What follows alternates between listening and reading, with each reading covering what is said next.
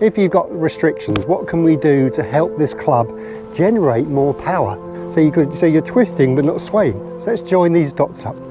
Down. Speed and power as well. Swish that club down at that releasing point, that extra 20%, and let our club then pull us to the finish. Hi everyone, welcome to another video on the channel. Thank you very much for joining me. My name is Warren Bennett. We've got Trev down there, as you can see from the drone shot, absolutely whacked out. We've got a beautiful afternoon here in the middle range at Chestfield, as you can see. Blue sky. Wow, we've got the start of spring definitely today.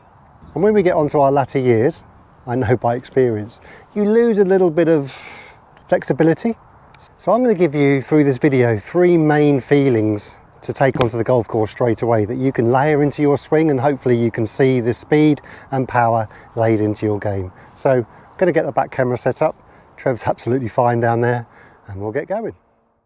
Okay everyone, so thanks very much for joining me for another one, and blue sky forecast all week, so I'm going to do a few videos, and especially for the Patreon page.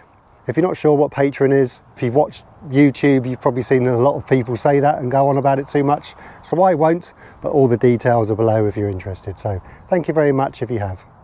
Okay, so let's get into the video. So I've got an iron here. This is basically for every club as well, but I'm going to give you 3 ingredients that you can layer on top of your swing.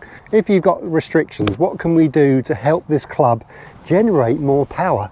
What can we do to get this club to work more efficiently, a little bit more speed and power as well? If you can twist away from the ball, then you are really going to help this club to drop in the slot, and then you can release from there. So to help that, what you can do is you can twist, and if you want to lift your left heel off the ground a little bit, it's going to encourage the knee to kick in. It's going to encourage your left pocket to twist a little bit. Now you don't want to go too far where you're over twisting and locking that back leg. And all the old players back in the day, the Hogans, Nicholses, Watsons and all that, they all kind of got their left heel off the ground. So I don't mind your left heel off the ground, but I just don't want you swaying over the top. So the little sub feeling to that is keep your head still.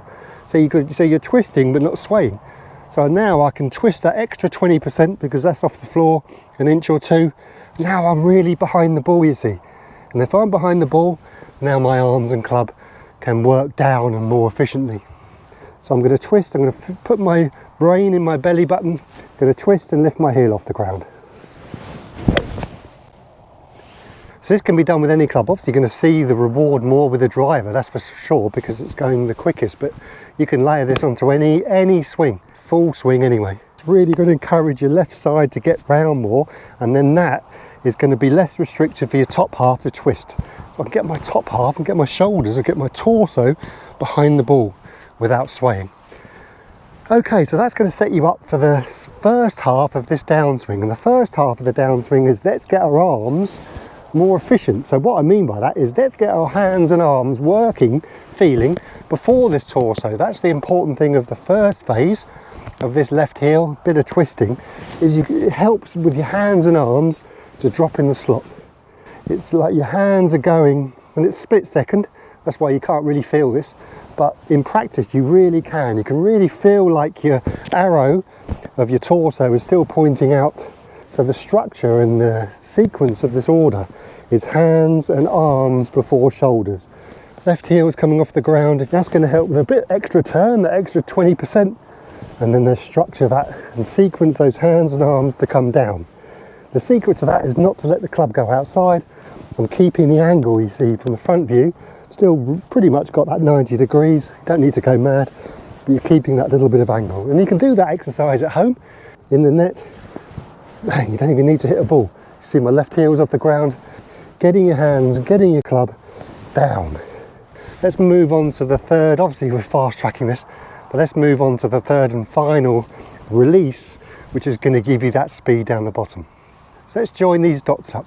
From here, what you're going to do, now you've kept that angle, because it's easier to do so with this down feeling, so you're not having to cast and fish over here, so you're keeping a bit of angle.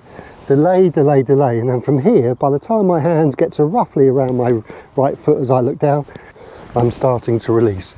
Release means, for you people that kind of hold on and don't create that power, is the angle you can see between left arm, right arm and club is now, I'm going to keep my hands going towards the target and I'm going to uncock them. You can see it's basically what's called matching up. The butt of the club is back into my belly and then I'm letting it pass. Okay, let's break that down. Twist, left heel, drop down, release. Now that's exaggerated and I haven't got an over the top problem, but you can practice that. You can practice that swing and you can practice that sequence. Real life, let's try and blend that up. Twist, drop, release. You can see I'm really staying down and through. Twist, left heel up, down, keeping the angle, uncock, letting it pass me and release. Remember, creating speed and getting that release right, the majority of that happens because of what goes on before impact. If you're in the correct sequence and you've got something to release, now you can. Now that natural speed comes down the end, because let's face it, if you've got restrictions and you can't twist, what's going to create that speed?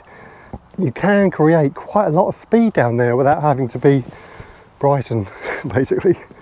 Twist, left heel up, down, release. Release basically means the club head is passing your body. That's for a golfer who doesn't, or wants to create more speed, basically, for a senior golfer anyway. You can do a little, what I call a 180 degree exercise.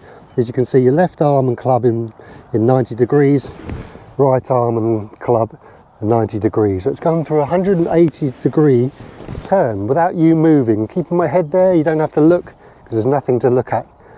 Give it a little bit of kicking if you like, but that's not the end of the world. Making sure you're going through this little release exercise here and letting your body respond to that. Now obviously there's a bit of activation because it's getting pulled, but my hands and arms are going past the arrow here. Then my arrow isn't beating the club. So it's twist, hands, club head past the head. It's really going to put you in a position where you can just swish that club down at that releasing point, like I did with the internal videos. The internals of the golf swing. It's really difficult, you can't feel it, so you have to practice it. Senior golfers who want to create a little bit more speed or have lost it and want to get some more distance, this is what you need a little bit more of. Hands before shoulders, feeling, and then release that angle. So it's that 180 degree feeling, bang. And let our club then pull us to the finish. So really, when you layer this on top of your swing, especially if you're a golfer that over moves their top half, your golf swing is going to feel very armsy and handsy. Having hands in your golf swing can be really beneficial, but the secret to not hooking it or pulling it is to make sure this downswing is correct. If your downswing's out and the clubs are coming out and you're releasing it from there, sure, you'll pull it. So the golf ball will tell you that, and the golf ball generally will tell you what to work on in terms of, do I need more hands before shoulder, do I need a bit more twisting? And if you can get the ball starting right, then you've got some hands and arms release, and layer that all together and you should see some more distance. Okay everyone, so from a beautiful afternoon, as you can see from the drone shot we've got here on the middle range at Chestfield, we bid you farewell. Hopefully it's as nice where you are as it is here. Trev hasn't got his ball today, although he thinks it's the end of the video now, just trying to keep it a little bit calm for today's video. Okay everyone, so thank you very much for your support. If you're a member on the YouTube membership scheme or you've joined the Patreon, thank you very much for your support. It means so much. Your generosity, your time watching these videos means so much. So for myself, Trev, who's off for another sleep, we'll see you next time. Thanks very much for watching and we'll see you then.